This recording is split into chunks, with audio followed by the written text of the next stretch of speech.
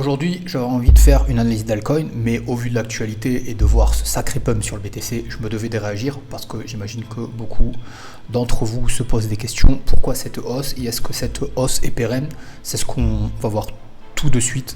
Premièrement, je tenais à vous remercier sur la dernière vidéo qui a été un grand succès à mon échelle, évidemment, une toute petite chaîne naissante où actuellement je fais quelques dizaines de vues et là quand même j'ai passé 315 vues, ce qui est vraiment incroyable à mon niveau, je le répète, et quelques abonnés. D'ailleurs, si c'est pas fait, je vous invite à me donner de la force en vous abonnant, en mettant un like et un commentaire, à me dire d'où vous êtes aussi, hein, si vous êtes d'Afrique, si vous êtes d'Amérique, si vous êtes de France, de Suisse, etc. Ça me ferait vraiment plaisir.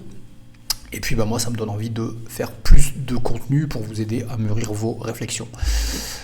On y va, on regarde ce marché avec un pump du BTC de plus de 5%. On a commencé la journée à 62 500 $ environ pour être maintenant à 65 828 $ exactement, avec un Ethereum qui surperforme légèrement BTC à 2631 $, un Solana qui semble bien revenir aussi, et un BNB qui fait partie des tokens les plus solides, et le Tao que j'aime beaucoup suivre puisque je suis investi personnellement et je me dois de le dire, hein, parce qu'évidemment mon jugement est certainement arbitraire puisque ça fait partie de mon portefeuille et il a une grande partie dans ce portefeuille, et mais lui il avait pris de l'avance, donc là sur les dernières 24 heures il n'a pas trop augmenté, je pense qu'il se repose un peu.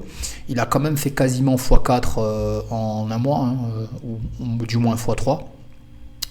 Donc c'est normal qu'il se repose un peu et que ensuite le narratif de l'IA va reprendre le dessus. Mais dans un premier temps, nous ce qu'on attend, c'est que le BTC passe son dernier plus haut enregistré, qui est aux environs des 73 800 $. Je sais, je me répète, mais c'est important de répéter les fondamentaux.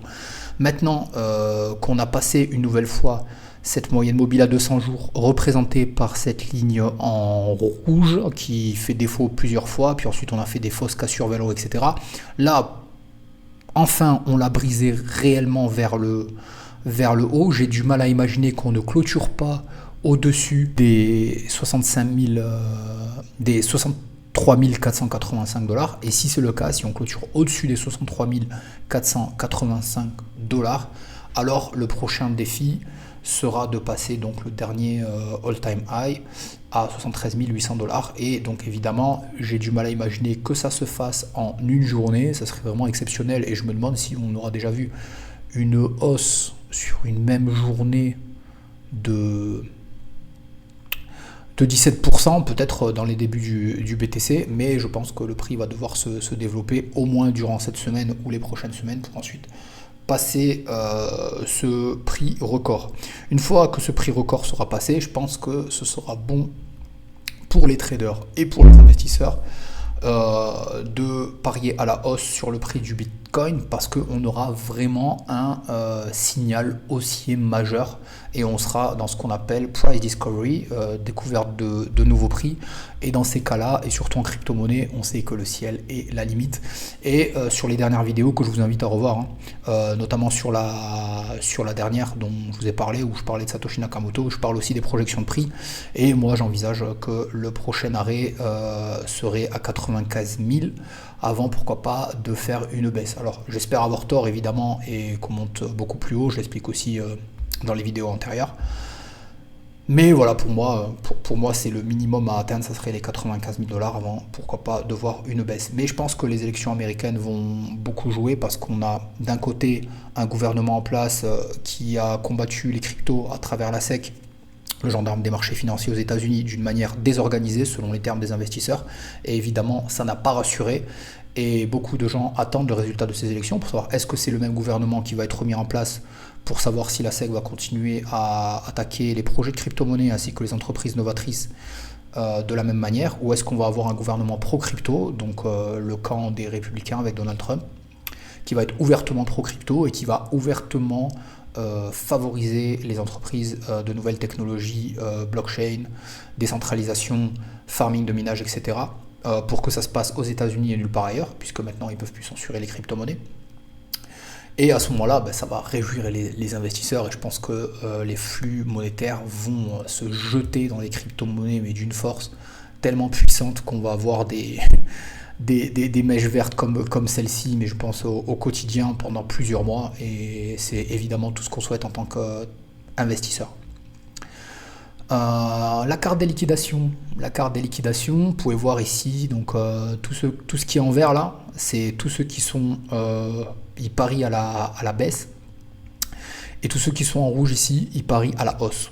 Ok, donc vous pouvez voir qu'il y a beaucoup plus de gens qui sont haussiers, et là ce qui est intéressant, c'est quand on a des mèches orange, ici c'est des gens qui sont en levier 100, c'est des gens qui prennent des risques déraisonnables. C'est mon opinion, je pense que c'est des risques déraisonnables. Mais regardez un petit peu, malheureusement, si le BTC revenait à reculer, ne serait-ce qu'aujourd'hui, à 63 000, donc il y a des gens qui peut-être à 63 000, eux ont considéré que c'est bon, c'était le signal haussier, etc. Ça va faire beaucoup de liquidations et ça va faire très mal. D'un autre côté, si on passe les 66 500, regardez un petit peu, il y a des gens qui vont se faire liquider, ça va être très mal, tous ceux qui ont parié à la baisse là, avec des leviers x100.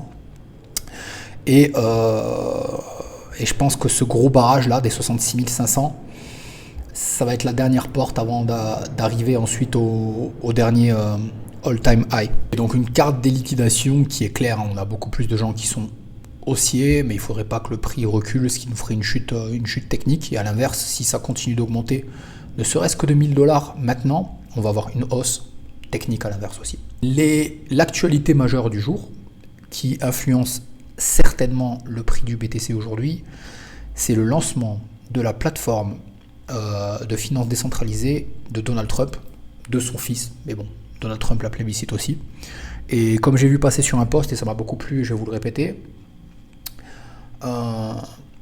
Donald Trump, il se pose pas la question de ce qu'il peut faire lui pour le marché des crypto-monnaies, mais il se pose la question de ce que peuvent faire les crypto-monnaies pour lui. Et c'est tout à fait normal.